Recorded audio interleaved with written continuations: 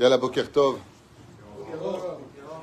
Qu'est-ce que c'est long, qu'est-ce que c'est long. Heureusement que c'est pas du cinéma, on l'aurait refait. Boker Tov. Alors, on est ce matin le jeudi 29 du mois de février. Et c'est le dernier jour. C'est le dernier jour, 29 février. Et demain, c'est l'anniversaire de ma mère. Demain, c'est l'anniversaire de ta maman, le 1er mars. Tov. Le Mouledet de sa mère, alors pour ta maman. Et on est le Kaf du mois de Aldar Aleph. Bezrat Hashem. Il y a de l'ambiance à Oel Moshe, Arla Dirla Dada. Yalla.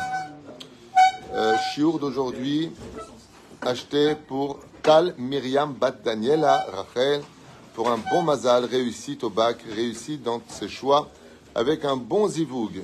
Amen.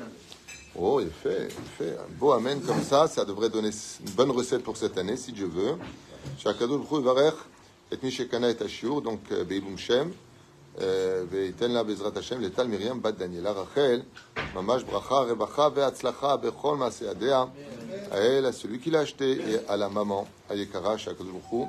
Iten Kol Mishalot Libam Lavodato Itbarach. On pensera avec sa permission à toutes les blancs d'Israël qui veulent se marier, et il y en a beaucoup. שהקדוש ברוך הוא ימלא כל משאלות ליבן, בון זיווג הגון, וישמע כל ששון וכל שמחה, כל חתן וכל כלה. Tu t'es marié il y a combien de temps maintenant? 2 semaines. Et alors depuis? T'as maigri grave, qu'est-ce qui se passe? T'es blanc, tu m'as l'air blessé. Tu t'en sors, ça va hein? Ouais. Il se parle plus, c'est normal. L'élève le fait d'aller. Alors, Barminan, Shem Yishmor V'Rachel. N'oublie jamais une chose, tant qu'il y a de la communication dans un couple, il y a encore un peu d'espoir. C'est quand le silence devient le langage que la mort s'installe. Tov, on penserait bien sûr à tous nos otages, on a le sourire nous ici, mais il y en a d'autres qui ne l'ont pas, donc on pense vraiment à eux.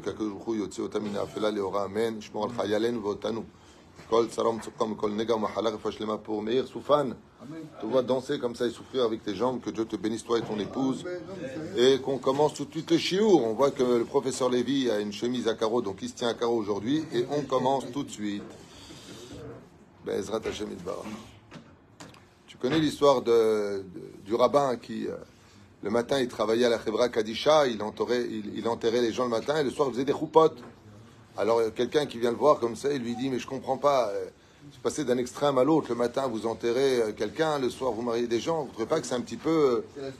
Shamaim va arrêter. Il a répondu, le matin, j'enterre une personne, le soir, j'en enterre 2. Hein.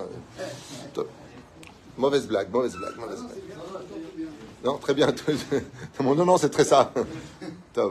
Le sujet qu'on va développer ensemble est un sujet qui est d'ordre général et qui nous concerne tous, surtout les Tunisiens particulièrement. Je veux dire pourquoi. Mais c'est pas vrai quand je dis ça, c'est faux, ça nous concerne tous. Et peu importe d'où on vient et comment on a été éduqué, c'est une phrase qui après, on nous parle au début de cette paracha, vous le savez très très bien, de Machatzit Shekel. Et pourquoi un demi-shekel? Et pourquoi pas un shekel entier? Parce qu'il vient réparer la faute du veau d'or. Et comme la pensée était pure, mais que l'action était mauvaise, donc c'est pas entier. Il y a une moitié qui était mauvaise, c'était l'action d'avoir fait le veau d'or, mais les intentions étaient bonnes à la base, donc Khetsi. On va pas payer entièrement le veau d'or, et d'autres explications ont été données à cela. C'est que l'homme n'est jamais complet, si ce n'est qu'en se liant à l'autre, l'union fait la force, et ainsi de suite. Ensuite, on parle du kior, le fameux évier d'ablution pour nous rendre purs, fait avec le cuivre des miroirs des femmes. Il y a beaucoup à dire sur le sujet chiour qu'on a déjà expliqué, d'où l'importance pour les femmes de se faire belles pour leurs époux, puisque le Créateur du monde a ordonné à Moshe de prendre justement ce cuivre avec lequel les femmes ont, Baruch Hashem, protégé les maris de regarder ailleurs. Fais-toi toujours belle pour ton mari, pour que Bezrat Hashem, comme on dit, il ne manque de rien. Et c'est pareil pour l'homme. Hein. Il n'y a pas une mitzvah pour un homme de ressembler à un tonneau, un homme de Cro-Magnon, ou alors un tonneau de vin. Il n'y a pas de mitzvah. Une femme, elle aime bien être aussi au bras d'un homme plaisant. C'est son mari, c'est à elle, comme le dit ma femme, le mec qui s'inclut. Oufren, l'achar miken, eh bien malheureusement, on plonge dans cette paracha avec le veau d'or, et c'est pour cela que Lévi va aller jusque plus que la moitié de la paracha. Et pourquoi? Parce qu'il n'a pas participé au veau d'or. Donc celui qui montera Lévi restera jusqu'au bout de la faute du veau d'or. Et puis, patati, et puis patata, après les corbanotes. Puis il y a un verset dans le chapitre 33, verset Chai. Si je me rappelle bien, c'est Chai. Oui, je me rappelle bien, c'est Chai. Donc verset 18. Vayomar. Donc une fois que Moshe Rabbeinu a vu que le Créateur du monde a pardonné les enfants d'Israël aussi simplement que ça. C'est pas comme nous. Nous, quand on nous demande pardon, on fait des enquêtes. Est-ce que vraiment le pardon, on parle pardon? Mais tu me diras, nous, on n'est pas Dieu, on ne sait pas l'avenir. Hein? Dieu, ils sonde le rein et le cœur de l'homme. Nous, on ne sait pas qui nous parle. Hein? C'est comme pour les élections. Rien qu'ils te promettent, ils te promettent, ils te promettent, et tout le monde tombe dans le piège. D'accord? Et après les élections, il ne te reste plus que les murs pour parler. C'est pour ça qu'il faut toujours être avec quelqu'un qui irait Shamaïm et qui, quand lui, il parle et qui dit des choses, se tiendra derrière ses propos tant qu'on ne mettra pas non plus de bâton dans les roues à la mairie. Quoi qu'il advienne, il y a un verset ici qui demande beaucoup de réflexion, car c'est le seul qu'on ait connu qui ait demandé une chose pareille, et on voit la réaction d'Hachem. Vayomar, il dit, qui parle? Moshe Rabbeinu. Ar'enina et kevodecha. Montre-moi ton honneur, ta splendeur. De quoi parle Moshe Rabbeinu? Rashi intervient tout de suite, le Balatoum intervient, en parlant de Chazanout. T'inquiète pas, je vais te donner quelque chose de bien, tu représenteras les enfants d'Israël. Rashi nous dit, Ra'a Moshe, Shaya et Ratson. Il a vu que c'était un moment où Akadosh Baruch Hu, il pardonnait, qui montrait sa grandeur et son longanime. Udvaram, Mekubalam, va aussi plichol, Oto Marit Kevodo. Alors, puisqu'on est dans une période où tu es de bonne humeur et que tu as pardonné, peut-être que tu te dévoiles un peu plus à moi et que tu me démontres et que tu me montres ce que j'ai besoin de comprendre. Le verset qui suit nous dit, Vayomer Ani à Avir. Alors écoutez bien, pour comprendre la Kavanah de Moshe, on va faire la suite. La réponse d'Hachem va nous faire comprendre qu'est-ce que voulait dire Moshe. Vayomar, il dit, Ar'enina et kevodecha, montre-moi de grâce comment tu diriges le monde, ton honneur, c'est-à-dire qui est vraiment Dieu, Hachem ou Aelokim. Vayomer, Hachem nous répond, Ani à Avir kol tuvi al panecha. Je mettrai sur toi tous les biens que je peux mettre, jusqu'à maintenant, y compris la Torah. On dit Torah Tzivalanu Moshe Moracha Kilat Yaakov. Dieu a tout donné à Moshe Rabbeinu, donc sur lui. Vekarati Beshem Hashem Lefanecha, je serai appelé par ton nom sur toi. Vechanoti et Asher Achon, Verichamti et Asher Arachem. Je serai bon avec qui? Alors écoutez bien, Vechanoti et Asher Achon, je serai bon avec qui je me dois d'être bon. Verichamti et Asher Arachem. Et je serai longanime, miséricorde, exactement, avec celui avec qui je dois être miséricorde. Si. C'est comme si je te dis quelle heure il est, et tu me réponds le mur est blanc. Quel rapport? Est-ce que tu peux me montrer, s'il te plaît, comment tu diriges le monde? Et Dieu lui dit, toi, t'inquiète pas, tu vas en recevoir plein. Moshe Rabbeinu, tu vas monter très haut. Et Dieu n'est pas un politicien. Quand il parle, il tient derrière ses promesses. Ma perouche adabar. Quand je vous ai dit tout à l'heure que ce chion nous parle à tous, c'est qu'il y a un mot très fort en tunisien qu'on ne supporte pas, c'est le mot rbina. Vous savez c'est quoi rbina? C'est quand tu commences à avoir des aigreurs au niveau de l'estomac et que ça commence à tourner comme une machine à laver. Pourquoi? Parce qu'on soit tunisien, marocain, algérien, ashkénaze ou de n'importe quel pays, il y a une chose qu'on ne supporte pas, c'est l'injustice. On ne supporte pas l'injustice. Et là, Kadosh Baruch Hu, il agit de façon, viens, j'extermine ce peuple, et puis d'un coup, Salarti Kitvarecha, je pardonne, Hachem, El Rahum Bechanoun, El Chapay Verab Chesed Ve'emet. Donc, Moshe Rabbeinu, il voit que le Créateur du monde, il réagit, Mamash Betsura, Meot Tova. Donc, il a dit, bon, alors maintenant, puisque c'est bien, t'as un moment où, tu sais, des fois, tu parles à une personne, elle est mchenef, c'est pas le moment de lui parler. Des fois, elle est super bien, là, une bonne nouvelle. Sa femme, elle lui a dit, je t'aime avant de partir. Tu lui parles au bureau, je fais une augmentation, le double. Pourquoi? Parce qu'il est bien dans ses pompes. Et la reine, Moshe Rabbeinu veut comprendre une chose. On a tué tout le monde. Pourquoi Datan et Aviram, ils vivent encore? Ils sont les précurseurs de la faute du Vaudor, qui ont emmené le peuple à fauter, qui prennent la tête au peuple. Pourquoi il y a toujours des mécréants qui gagnent toujours? Pourquoi les pervers narcissiques retombent toujours sur leurs pattes? Pourquoi les personnes qui troublent, qui mettent de la zizanie, pourquoi les mauvaises personnes sont en haut? Et ça, c'est la question que pose Moshe Rabbeinu. Ar'enina et kevodecha. Qu'est-ce qu'il lui répond? Hachem, il dit, oh, pas compliqué. À propos de toi, ne t'inquiète pas, tu vas me découvrir. Et il y a une suite à cela.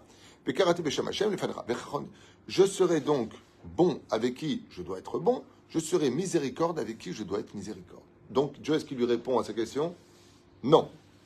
En d'autres termes, il est en train de lui dire, tu ne peux pas non plus comprendre. Pourquoi? Qu'est-ce qui bloque? Tu ne peux pas voir ma face, comme si Dieu avait une face et un dos. On ne parle pas de physique. tu ne pourras pas comprendre Panaï, qui vient du mot pnimiout, ma profondeur, mon intériorité, qui loïr ani adam bachai. Parce que ce qui te bloque, c'est ton corps. Si tu veux comprendre la vérité, il faut sortir, comme on l'a déjà dit à maintes reprises, que le corps nous aveugle de la réalité spirituelle qui nous entoure. On ne comprend rien. Nous ressemblons à une lettre d'un livre de 600 000 lettres et on veut comprendre le livre. Impossible. Tu n'es qu'une lettre du Sefer Torah. Tu ne peux pas comprendre l'ensemble de ce qu'a écrit l'écrivain. C'est comme si je donne maintenant un chiffre, toi qui es comptable, d'accord, sur un bilan que tu dois faire. Il faut que je fasse le chiffre. Enfin, tu ne vas rien comprendre. Il te faut les tenants et aboutissants, des entrées, des sorties, des factures. Donne-moi. D'accord. Et ça, il n'y a que Dieu qui l'a. Et son secrétaire principal, c'est Michael. Il y a Gabriel, il y a Auriel, il y a Raphaël. Il y a du monde là-haut. D'accord. Et ensuite, c'est les tzadikim qui viennent et qui prennent et qui disent, bon, je suis commissaire au compte, je vais t'arranger ça. Et la reine, Moshe Rabbeinu, il pose une question énorme qui nous concerne tous.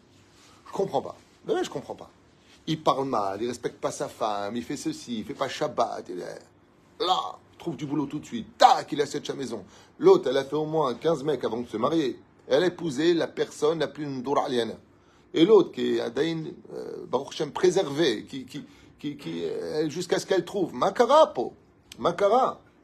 Les valeurs de ce monde ne sont pas, comment dire, au rendez-vous. On espérait, par exemple, que quand on voit un défilé immoral, allez, un petit truc qui se passe du ciel, un hurlement de arrêtez vos ch'touillottes. Je sais pas, un truc, petit tremblement de terre qui n'est pas de mort, mais un truc qui montre que du ciel, on n'est pas content. Hein, comme l'enterrement du Rav Israël de Sarcelles. Ça dit Kadosh Ibracha, quand il a été enterré, mon frère était là-bas, il m'a raconté que, bon, beaucoup de gens en ont parlé, mais il y a un nuage qui s'est placé au-dessus de son corps, partout où il allait, hein, et il pleuvait que sur son corps, comme si que le ciel pleurait. Ça a ému les gens. C'est émouvant de voir ça, ça te montre quelque chose. Allez, montre un truc. Et c'est ce que veut Moshe. Il dit, je comprends pas. Celui qui est pourri, rien qui morfle. Celui qui est bon, celui qui est pourri, rien qui kiffe. Celui qui est bon, rien qui morfle. Et Moshe Rabbeinu ici demande à Hachem, montre-moi comment fonctionne le jugement du monde. Parce que la vérité, c'est insupportable. T'as le mec qui travaille, boum, Makara, il perd son oseille, il a fait tomber. T'as un mec qui vient de sortir, qui a à peine 18 ans, il trouve la sacoche, il dit, oh punaise, j'ai trouvé une fortune. Il est devenu riche. T'as un mec, et ça c'est arrivé des centaines de fois en Israël. Il y a des gens qui jouent au loto depuis l'âge de 14 ans, mon Dieu. Alors qu'on ne joue pas avant 18 ans. Hein. Ils n'ont jamais gagné. T'as un mec, pour une fois, il prend le loto 50 millions de shekels. Lama. Si moi, j'ai joué tellement et que j'ai prié, et que j'espère, laisse-moi gagner. Puisque je le demande, puisque c'est ce que je veux. L'homme est là où il veut aller. Oui, mais l'homme veut aller. Tu sais, toi, tu as dit, je vais me suicider, Dieu t'a pas emmené à ça. Je voudrais vivre sur une île toute seule, Dieu t'a pas emmené à ça. Donc, c'est pas comme tu le veux. La question de Moshe Rabbeinu, c'est de lui dire ça. Et Dieu lui répond, non. Ça, lo irani adam bachai, tu ne verras ma pnimiout que le jour de ta mort. Et vous savez pourquoi? Parce que le choc est assez violent quand on voit combien Kadosh Baruch Hu Behemet est un horloger hors pair. Combien tout est justice, toutes les humiliations qu'on a eues, toutes les choses qu'on a vécues, tout est la perfection des perfections, même si à nos yeux extérieurs, ça paraît on ne peut plus cruel. Lama Beketsadou. Ça me rappelle l'histoire de mon papa, que Dieu repose son âme, quand ils lui ont annoncé qu'ils allaient lui couper le pied, parce qu'il avait la gangrène. C'était horrible à voir. Ma mère l'a soigné pendant des années. Mieux qu'une infirmière, on dit les médecins. Franchement, elle a fait un travail, je me rappelle, j'étais souvent présent. Et Baruch Hashem, quand il est venu, on a fait une Seudat Odaya parce qu'ils lui ont coupé le pied. C'est sympa de faire une Seudat. Non, ça veut dire qu'il va vivre. Alors des fois, il faut couper, il faut perdre quelque chose pour vivre. Et ça, c'est ce que veut comprendre le Créateur du monde. Ce que veut comprendre Moshe Rabbeinu du Créateur du monde. Je comprends pas. C'est le mot, je comprends pas. Ah, il fait pas Shabbat, il mange pas kasher, il vit qu'une non-juive. Mec, il a une Mercedes. En plus, il fait des dons. Hein. Il fait des dons et des dindons. Et l'autre qui est là avec sa petite moustache, sa petite barbe. T'as pas 100 balles pour manger? Le mouvement, là-bas. Datan et Aviram, ils vivent encore. Il dit, hey, je serai bon avec qui je me dois d'être bon. Et je serai longanime et miséricorde avec qui je me dois de l'être. Et donc, qu'est-ce qu'il lui répond à la fin? Moshe, laisse tomber. Tu peux être le plus grand de tous les prophètes. Tu parles panim el panim, c'est vrai. Mais dans ce sujet, c'est à la panime. Tu ne peux pas comprendre. Pourquoi? Parce que l'immensité de ma justice correspond à des mondes extérieurs et à venir. Ainsi donc, Moshe lui-même a réagi ainsi quand il a tué l'Égyptien. Il a regardé à gauche, puis à droite. À gauche pour voir s'il avait peut-être Srutavot, et à droite, ça veut dire du mérite d'un aïeux, qui a fait du bien à un juif, et peut-être que viendrait de lui un homme, comme ce fut le cas de Haman, qui feront tchouva, qu'on va se convertir, et puis faire du bien. Il a vu que ni droite ni gauche, il a tué. Et donc Moshe connaît ce principe fondamental. Alors moi, ce que j'aimerais voir avec vous, c'est au moins, moi j'en ai plutôt 10, on va en faire 5. D'après vous, pourquoi nos yeux nous trompent et nous font vivre des choses qui sont vraiment pour nous inadmissibles? Lama. Première, la plus connue de tous, c'est que, comme on l'a vu dans Masechet Ta'anit, Bedaf Kafalef, avec Rabbi Nachum de Gamzo, c'est que si tout était justice à nos yeux, que celui qui est pourri, il morfe, celui qui est bon, il les récompensait, on aurait annihilé immédiatement le libre arbitre. L'Aïmouna n'aurait absolument plus sa place sur terre. Tu fais Shabbat, t'es blindé, tu fais pas Shabbat, tu crèves. Ben, qui est Shomer Shabbat? Tout le monde. T'as tout compris. Donc tu as plus de mérite. Donc on est retourné dans un monde de bisounours, avec en fin de compte un couteau sous la gorge de tu fais ou tu fais pas, parce que la paracha nous dit avant la faute du veau d'or que celui qui fait pas Shabbat crève. Ben, c'est pas du tout ce qu'on voit. D'accord? Crève, ça veut dire que ça fait un peu trop tunisien. Mais Miskin, il meurt. Ça veut dire quoi? Il meurt dans le monde futur. Il meurt dans le monde futur, ça veut dire qu'il a perdu sa place.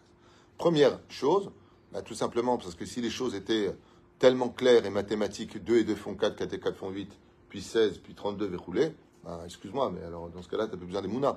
Tu étudies la Torah, tu as un visage qui respire l'oil of our lives, la santé, tu n'étudies pas la Torah, tu ressembles de plus en plus à une guenon. Bah, tout le monde va étudier la Torah parce qu'on n'a pas envie d'avoir une tronche de guenon. D'accord? Donc si les choses étaient tellement claires et marquées telles quelles, eh bien on n'aurait pas besoin du joker qui nous donne le mérite du monde futur, la foi. Deuxième explication. Je vous laisse ou je continue? Parce qu'il y en a beaucoup. Si, c'est-à-dire avec, tu parles du coq, de l'âne et du renard. Ok, ça peut servir exactement, oui, effectivement. Alors ça, c'est ce qu'on voit avec la Rabbi Nachum de Gamzo. Tant que le film n'est pas fini, tu ne peux pas dire que c'est pour son bonheur. C'est l'histoire d'un homme qui voulait monter tellement haut au-dessus des autres qu'il a oublié un détail. Laquelle, c'est que plus il montait haut, plus la chute serait mortelle. Effectivement, il y a cette réponse qui existe. C'est tout simplement que Akadosh Baruch Hu, il te dit, attends, le film n'est pas fini. Quand tu fais monter, d'ailleurs, je connais une personne qui est montée très, très, très, très haut. Et il a toute sa vie réussi très fort. Et c'était la star partout où il allait, au bureau, dans son building. Puis il s'est mis à la retraite parce qu'il était âgé, puis il a commencé à être malade. Et il n'est pas mort de maladie, il est mort de dépression. Il est mort d'une dépression, de tristesse. Il n'était plus rien. Il est passé de tout à rien. Donc des fois, d'être trop peut t'emmener à. Mais en tout cas, pour répondre à Rabbi Akiva, effectivement, donc Rabbi Akiva était en train de demander l'hospitalité à un village, nous dit la Gemara, et puis il avait avec lui toujours son âne qui portait ses habits, il avait une bougie pour étudier la Torah la nuit et un coq pour être certain de le réveiller au Netzachama pour prier le Créateur du monde. Et alors qu'on lui refusa l'hospitalité dans ce village, il alla sur une colline qui surplombait ce village, et alors qu'il se mit à étudier derrière un chêne, il allumait sa bougie pour étudier la Torah, mais le vent était trop fort, donc elle s'est éteinte, il n'a pas eu d'autre choix que de s'endormir, car fatigué il était. Et puis, d'un coup, pour sa poule, il y a un renard qui sort de la forêt et qui dévore sa poule. Et Rabbi Akiva, il rigole, il dit, bon, bah, t'es à bonne, au moins, si t'as mangé, fais Nitilat Yadayim. Et puis, pour finir, il entend un fauve qui sort, lui, de son côté, qui se jette sur son âne et le dévore, puis l'emmène dans la forêt. Rabbi Akiva se retrouve, en fin de compte, non seulement sans aucune hospitalité, sans lumière, sans coq pour le réveiller, et sans âne. Et qu'est-ce qu'il fait? Il dit, apparemment, je dois continuer mon chemin sans eux. Sans eux. Il ne se pose pas de questions plus que cela, puisqu'il a la foi. Donc quand on a la Emouna, on n'a pas de questions. Et voilà que le lendemain, qu'est-ce qu'il voit? Il voit le village qui a été totalement détruit, brûlé. Tous les gens sont morts. Et pas simplement cela, les 40 brigands sont passés à 2 mètres de lui. Et heureusement, on dit Rabbi Akiva que la bougie n'était pas allumée, il m'aurait repéré. Heureusement qu'il n'y avait pas ce coq, il m'aurait aussi repéré. Et l'âne, avec mes habits, aurait montré que quelqu'un est ici. Dieu m'a sauvé la vie en me prenant tout ce que j'avais. Alors ça, effectivement, tu as raison. Il faut voir la fin du film. On ne sait pas comment les choses vont finir. C'est une des réponses. Troisième réponse. C'est marqué à la fin de la paracha de Vaïtranan. Il y a une des réponses qui est marquée noir sur blanc dans la Torah que Moshe lui-même va inscrire. C'est Akadosh Baruch Hu ma'avir la reshaim al panav leha avido. C'est que Akadosh Baruch Hu donne le salaire de la personne sur terre. C'est-à-dire que aussi rachat soit-il, aussi mauvais soit-il, aussi pourri soit-il, il est évident qu'il a fait des mitzvot. On ne peut pas vivre sans faire au moins une bonne mitzvah. Ne serait-ce que même pas les Shem Shamaï. Il a fait, allez, une mitzvah, comme le dit Rabbi Nachman, tellement banal. Il a fait rire une personne. Il était au bureau, il a dit, voilà, et les gens ont ri. Ce rire-là, Akadosh Baruch Hu ne veut pas qu'il le prenne en haut. Parce qu'on ne se rend même pas compte de combien c'est récompensé dans le ciel, dit la Gemara, à un tel point que celui qui donne toujours le sourire aux autres, Muftahlo Shuban Olam Haba, dit Eliyahu Navi Zachor Letov. Celui qui donne du sourire aux autres. Et vous avez compris que celui qui retire le sourire des autres, il ne va pas à la même adresse. Jamais faire de mal à quiconque. D'où l'importance de respecter chacun et rester à sa place. Mais de prendre le sourire à une personne, Zemamash Lonachon. Lonachon. Veza Tchouva. Mideoraita, le créateur du monde, il te dit quoi? Le Madavardomé. Un jour, un homme passe comme ça devant une prison. Il y avait une fenêtre avec des barreaux. Donc il voit que c'est une prison. Il voit un homme qui mange avec un serveur à droite. Et on lui sert des plats et des machins. Il dit, je veux une crème flambée, là, je prends de ça. Brûlée. Une crème brûlée. Ouais. Et on lui apporte. Il dit, je veux qu'on m'essuie la bouche comme ça. Il dit, mais c'est pas une prison, c'est un hôtel de ouf ici. Je comprends pas. Cet homme-là, c'est un meurtrier. Il a tué des gens. Regardez comment il mange. Il prend des photos. Il est comme un fou. Il dit, moi, j'ai jamais tué personne. J'ai jamais fait de mal à personne. Et j'ai même pas de quoi manger un sandwich. Et lui, on lui met dans la bouche tout ce qu'il demande. Alors, à côté, la personne dit, me regarde sur la droite. Qu'est-ce que voit la guillotine? Il dit, sache une chose. En prison, avant de mettre fin à une personne, on lui fait sa dernière volonté. Et sa dernière volonté, c'est ce qu'il demande maintenant. En réalité, c'est son dernier plat. C'est-à-dire que c'est vrai que tu vois quelqu'un qui kiffe. Mais Ma'avir, ça veut dire quoi? Alpanav, il lui donne sur terre son salaire. Parce que dès qu'il meurt, malheureusement, lui, il n'a pas de monde futur. Donc, le moindre salaire qu'il aura, il le prend sur terre. Il a fait une tzedaka, Dieu lui donnera l'auto. Il a aidé un juif, Dieu lui donnera ceci. Il a fait cela, mais après la mort, s'il dit, mais j'ai quand même fait des mitzvot, et Dieu lui a donné ça. Donc, il a pris son salaire sur terre. Autre chose. Bonne réponse, les réincarnations. Tout est relié à la réincarnation. Tout est relié à cela. Pour moi, le sujet de la réincarnation n'est même pas un sujet à débattre. Pour moi, celui qui ne croit pas en la réincarnation est pas un kofer batora, kipshuto, comme l'explique d'ailleurs lui-même le Harizal, dans le Shara Gilgulim, ou le Rama de Panou, dans Gilgul et Neshamot, et tellement d'autres, comme le Baal Shem Tov, et tellement d'autres. La réincarnation. Il y a une phrase dans la Torah. De quoi? La réincarnation. Dans la Torah orale, oui. Dans la Torah écrite, oui, on a Azeh Shir Moshe, on reviendra tous. On parle plutôt de Triatametim. Est-ce qu'il y en a dans la Torah? Pas forcément. Là, de tête, je ne pourrais pas te dire. Il faudrait que je me rappelle à émettre. Mais la Torah orale qui accompagne la Torah écrite nous dit que oui. Par exemple, Moshe Rabbeinu, ne serait-ce que Moshe Vaïsh Moshe, on avait parlé de ça déjà, tu vois. Mais tous les acteurs de la Torah sont toutes des réincarnations. Comme c'est marqué à la fin des temps, je vais réincarner tous les tyrans, toutes les personnes qui ont fait du mal pour la fin des temps. Oufren Ketot Samizé, l'une des réponses principales, comme je l'avais raconté il y a très longtemps, donc je fais un récapitulatif très rapidos de la Castiglianos pour pouvoir comprendre los sujos. Tu comprends l'espagnol? Non? Moi non plus, je ne sais pas parler espagnol. Je parle 2 langues. 3. Français, hébreu, ito. Tachemch. Hein? Bientôt le yiddish. Le yiddish. Imagine, Moshe Rabbeinu, il descend la Torah avec du yiddish. Non mais franchement. Il est capable de tout. C'est pour ça qu'ils ont fait le vaudor, ils n'ont rien compris. On donne la Torah en yiddish, ils n'ont rien compris. Oh les mecs, je sais ce qu'ils racontent, tu l'as donné une pièce. Allez hop. Tov. La réincarnation est reliée essentiellement à cette injustice qu'on ne comprend pas, qu'on ne voit pas. Ayen, là-bas, j'ai fait plein de cours sur la réincarnation. Regardez tout simplement. Là-bas, vous vous rendez compte pourquoi lui se marie avant l'autre et que ceci et que cela. Mamash, Dvarim Noraim. Une très belle histoire que j'avais lue. Je ne vous fais pas la grande histoire parce qu'elle serait trop longue, mais une très très belle histoire que j'avais lue d'un garçon qui amène sa fiancée, enfin celle qu'il voudrait épouser, il l'emmène à la maison et c'est le coup de foudre entre son frère, à ce garçon, et cette femme qui devait être son épouse, mais un coup de foudre inexplicable. Et le frère ressent tout de suite les choses. C'est un homme très pieux, très iré-shamaïm comme ça, et il comprend que cette fille avec qui il voulait se marier, elle regarde son frère de façon pas déplacée, mais très gênée, et elle demande à partir. Et ils ont une discussion comme ça, et il lui dit, écoute, je sais pas, mais j'ai vu ton frère, et il faut qu'on arrête, parce que je vais penser qu'à lui maintenant.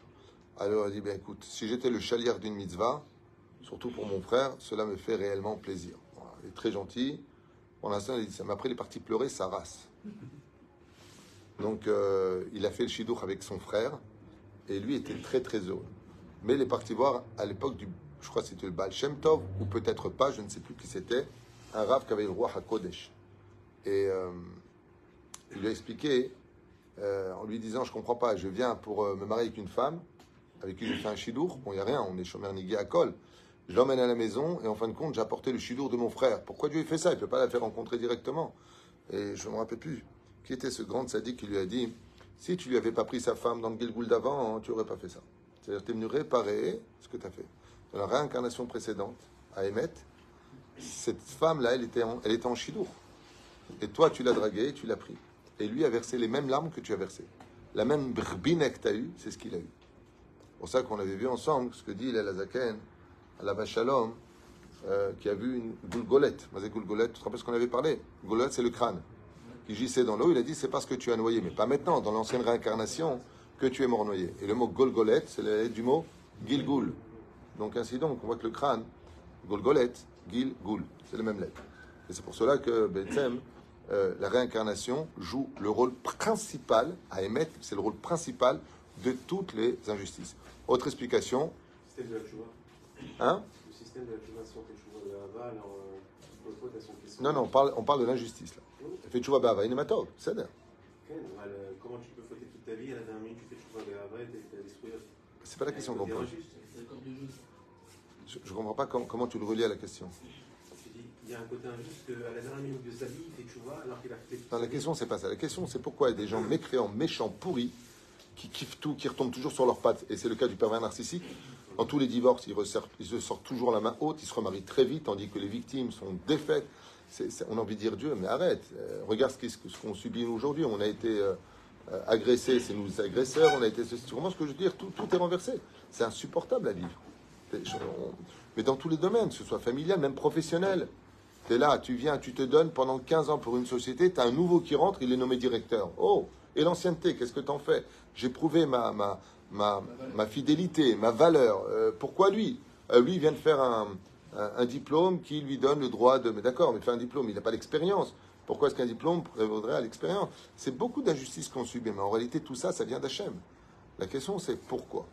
À Tchouva, il mamache lama. Lama, il y a des choses, et ça, c'est ce que demande Moshe Rabbeinu dans le parasha de la semaine. Lama dvarim kach mitnaalim. Pourquoi les choses se passent comme cela? Il y a des femmes qui ne veulent pas tomber enceintes, elles tombent enceintes. Elles prennent la pilule et tout, hein. Et malgré tout, la semence, elle, tac, tac, tu m'as pas eu. Ha, ha, tac, il arrive, une ovule. Ma chérie, hop, tac, tombe enceinte. Et l'autre qui fait, elle est déchirée, elle est déchiquetée, elle a fait une vitro, elle a fait les vitres, elle a fait, qu'est-ce qu'elle a fait? Elle a tout fait. Elle a tout fait, elle n'arrive pas à tomber enceinte. Lama. Moi, j'ai rencontré des gens, ils ne voulaient pas se marier, ils se sont mariés. Il y en a d'autres qui n'en peuvent plus pour se marier, ils n'arrivent pas à trouver. Lama. Tu m'as rendu chèvre, je ne comprends pas. Tu dis que l'homme est emmené là où il veut aller. Il y a des injustices sur Terre qui nous bouffent de l'intérieur, mais vraiment, parce qu'on ne les comprend pas. C'est ça la question. C'est ça, c'est là qu'est tout le sujet. Il y a ce qu'on appelle le sroutavot. Vous vous rappelez? C'est marqué ici. Dans les 10 commandements, vous vous rappelez, quand Dieu bénit une personne, c'est jusqu'à 2000 générations. Il lui suffit d'avoir un arrière, grand-père ou grand-mère, qui ait fait de grandes mitzvot dans ce monde, de sroutavot, le mérite de ceux qui nous ont précédés. Et cela peut couvrir tout simplement que même si cette personne est un mécréant, comme le cas de Datan et Aviram, dont le père était Réhouven, qui a fait une teshuva et qui a été celui qui a plus ou moins essayé de sauver Yosef Hatzadik, eh bien, le sroutavot vient les protéger. Le sroutavot vient les protéger. Je finirai puisque l'heure est venue maintenant, même s'il y a beaucoup d'autres explications. Rappelez-vous de Caïn. Rappelez-vous de Caïn. Caïn, qu'est-ce qu'il dit à Dieu? Alors, j'ai fait un meurtre, tu veux me tuer? Et c'est toi, Dieu? Alors j'ai compris, t'es Dieu, mais t'es nerveux, hein? Tu règles pas tes émotions, hein? Qu'est-ce qu'il lui dit à Kadosh Baruch Hu? Ah, tu vas taïm. Il lui dit, Caïn, tu vas vivre. Et regardez bien l'argument de Moshe. Reviens vers ce peuple, car c'est un peuple à la nuque raide. Je comprends rien. C'est comme si je te dis maintenant, associe-toi avec lui parce que c'est un arnaqueur. T'as dit, les Besséder? Je pose une question bête. Est-ce que c'est Besséder? Non. C'est comme si je te dis, marie-toi avec elle, parce qu'elle est tellement insupportable, tu ne vas pas pouvoir vivre. La réponse de Moshe, c'est, marie-toi, reviens vers les enfants d'Israël, quoi? Car c'est un peuple à la nuque raide. C'est un peuple de révolte. Am Israël, jamais content, toujours révolté. D'accord? C'est comme ça que c'est marqué dans Masechet Bet, ça Daf Kaf et Amoud Bet. Ok? Et dans la Torah, ici, c'est marqué. Reviens parce que c'est un... Dis-moi, parce qu'il est souple, il a fait tchouva, il va s'arranger. D'accord? Et jusqu'à maintenant, on voit que c'est pas évident à Israël. Je parle pas vis-à-vis des nations. Israël est très carpette avec les nations du monde. On parle vis-à-vis du créateur du monde. Ouais, je veux pas faire Shabbat. Là, il y a un nouveau maire qui a été élu à Tibériade qui se vante d'être un Chiloni Gamour. Hein? Et il a dit, j'ai lu ça ce matin dans Kikar Shabbat aux toilettes, c'est vraiment là-bas où il faut le lire. Il va s'arranger pour que ça soit encore plus ouvert le Shabbat maintenant pour les restaurants. Magnifique. Mais il a dit, mais je serai quand même le maire de tout le monde. Je prends compte que nous sommes dans une ville où il y a quand même quelques tzadikim. Hazak, que Dieu t'aide. C'est vachement génial, hein, d'entendre des choses pareilles dans notre pays. Mais bon, c'est comme ici, il y en a qui ont voté pour certaines personnes parce qu'ils ont dit, on en a marre que nos enfants ils aillent jusqu'à Tel Aviv en boîte de nuit. Donc apportons les boîtes de nuit ici. Vous savez ce que ça veut dire, ça? Quand tu votes pour quelqu'un qui amène des péchés dans la ville, toutes les personnes qui vont pécher, tu paieras pour eux. Tellement les gens sont bêtes et ignorants. Il faut vraiment être bête et ignorant pour demander des choses pareilles. Vraiment être bête et ignorant. C'est-à-dire que tu veux non seulement parce que tu as un problème, par exemple ton fils il va à Tel Aviv, en boîte, c'est ce que une personne aurait dit apparemment. Mais je sais qu'il n'y en a pas une ou pas deux, il y en a beaucoup plus. Mais la question n'est pas là sans faire de kitroug. Mais tu ne penses pas aux autres enfants? Dafka, il y a des gens qui viennent s'installer à Ashdod parce qu'il n'y a rien. Parce qu'il n'y a rien. Parce que Mazé, il n'y a rien. Il y a tout dans cette ville. On est heureux, on est bien. Hein, pour dormir, personne ne te dérange. Mais d'autre côté, on ne veut pas non plus des avérotes. Que ce soit un peu comme Natania, un peu plus de monde, un peu plus de café, un peu... Vakacha, relève la ville. Mais on t'a pas dit de faire ici Sodome et Gomorre. Et c'est ce qu'on appelle le srutavod. Des fois, on ne comprend pas pourquoi. Mais cette personne-là que tu vois être un rachat et qui parle mal, il faut voir comment il respecte sa mère. Il faut voir comment il lui apporte des choses. Il faut voir comment Bezrat Hashem, peut-être qu'il tient une famille, une veuve avec ses enfants. Tous les mois, il lui apporte quelque chose. Tu ne connais pas le secret de chacun de nous. Alors c'est où Srutavot? Ou tout simplement parce qu'il a un mérite Behemet qui est une lumière à chacun de ses pas pour lequel le Créateur du monde lui dit. Et pour finir, parce que quand même un petit cadeau quand même de l'étude, encore une explication qui vaut le détour. Tout simplement, Kilo yirani ha'adam v'chai. Mazé ha'adam tamé. Kilo yirani ha'adam. Comment c'est marqué là-bas? C'est ça. Kilo yirani ha'adam. Ha'adam, c'est Gematria Tamé. C'est le même. Il y a des gens, par exemple, qui sont nés très nerveux. C'est comme Alien. On est nerveux. Et il y en a d'autres qui sont nés avec des joints. Ça va? Ouais, cool. Tu sais, ils sont un peu nonchalants comme ça dans la vie. Rien les énerve. Oh, t'as vu, on t'a volé ta voiture. Hein? Comment tu dis? Ah. Ah, Dembered. Oui, non. Ah, c'est ça que tu voulais dire? Ouais, ne dis pas l'arabe, toi, c'est pas bon. Ouais. Non, mais il y a des gens, ils sont bons. Moi, j'ai un frère, il est né bon. On l'appelait Simon Templar, le saint. Il est gentil. J'ai un frère, il est né humble et gentil de naissance. Même quand il est sorti, il a dit à sa mère, excuse-moi de t'avoir dérangé pour la sortie. C'est mon frère Samy, que Dieu le bénisse. Il est gentil. Qu'est-ce que tu fais dans la vie? Il est gentil, ce mec. Il est né gentil, le début. C'est là. Et tu prends une personne maintenant, que dès que tu le regardes, il te frappe. Il ne supporte pas qu'on lui dise. Il a un démon en lui. Qui a le plus de mérite? Celui qui va se travailler les midotes, de se calmer, ou celui qui va encore améliorer un peu ce qu'il est dans sa nature? Eh bien, c'est Ma'avir al-Midota. Des fois, on voit des gens en BMF qui prennent un salaire, on ne comprend pas pourquoi. Parce que pour lui, par exemple, celui qui est avare, comme je racontais dans l'Ivar Vatraïm, il préfère mourir que de ne pas voir qu'on lui prend son argent. Comme le fil lava avec lui de finesse, où dès qu'elle vient demander l'aumône, Et il essaie de se sauver de l'autre côté, elle est là-bas. Ça, rappelez le fil l'avare. Pour donner, quand il donne une pièce, il fait le Kaddish, le mec, il est complètement enterré vivant parce qu'il a donné une pièce. Et t'as l'autre qui va donner 100 euros. Pour celui qui a un bon cœur et qui comprend la situation, il sait qu'il prend rien dans ce monde, qu'il faut savoir redonner de l'espoir à autrui. Alors lui, il va donner 100 euros. Et l'autre, il a donné un shekel, mais avec la main qui tremble et tout. Il est malade, il va à 3 jours de lit. Là. Il lui faut une ordonnance parce qu'il est foutu. Parce que dans sa nature, donner, c'est pas possible. Moi, je sais que prendre. Je peux pas donner ça à moi. Je peux pas. J'aime mon argent. Une fois, d'ailleurs, il était dans une salle, il a perdu son portefeuille. Il a dit, je vous en supplie, j'ai de graves sentiments pour mon portefeuille. Et ainsi donc, on lui a ramené parce qu'il faisait de la peine. T'as même le voleur, il lui a rajouté de l'oseille. Il dit, écoute, Baba, tu fais pitié. Mais Pérouche Adava, qu'en réalité, on ne connaît pas la nature de chacun. Il y a des gens qui sont tellement tamés que le moindre petit effort, à leur niveau, à eux, vaut beaucoup plus de lumière à celui pour qui l'effort était beaucoup plus facile. Et tellement d'autres réponses, mais on s'arrêtera là pour aujourd'hui. Baruch Adonai l'Olam. Amen.